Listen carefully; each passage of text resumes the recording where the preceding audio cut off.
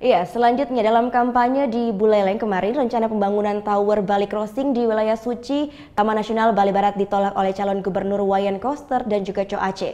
Sementara kampanye paslon nomor urut 2, Ketut Sudikerta akan mendukung pengembangan desa wisata di wilayah Buleleng serta Karangasem. Tingginya suara pemilih di Kabupaten Buleleng membuat dua pasangan calon gubernur dan wakil gubernur Bali berlomba menarik simpati masyarakat Bali Utara.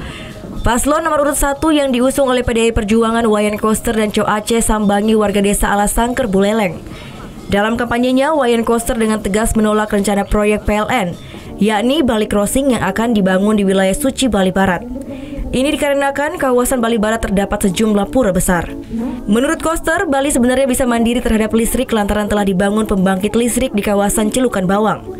Diharapkan pembangkit listrik Celukan Bawang ini bisa mengatasi kekurangan listrik di Bali sehingga tidak ketergantungan terhadap listrik dari Jawa. Ingin memprioritaskan pembangunan pembangkit listrik itu di wilayah Bali sehingga bisa memenuhi total kebutuhan dari listrik yang ada di Bali ini. Sementara paslon wakil gubernur dari nomor urut 2 yang diusung Golkar dan Demokrat Ketut Sudikerta menemui pendukungnya di desa Padang Bulia, Sukasada, Buleleng. Dalam kampanyenya, Sudikerta mendukung pengembangan desa wisata yang semakin banyak di sejumlah daerah. Karena dengan semakin banyak desa wisata akan membuat lebih banyak lagi pilihan bagi para wisatawan saat mengunjungi Pulau Bali.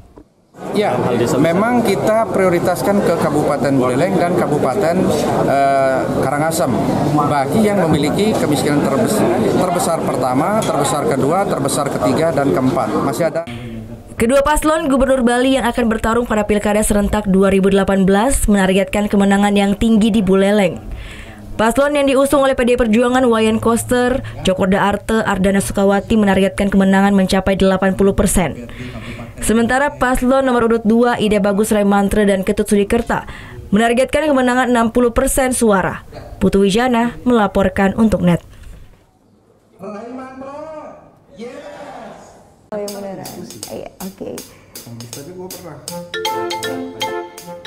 Nah, udah kan untuk beritanya? Jangan lupa di subscribe, di like dan juga di komen ya akun YouTube dari Net Bali. Terima kasih udah subscribe. Yang belum, jangan sampai lupa di sebelah sini nih.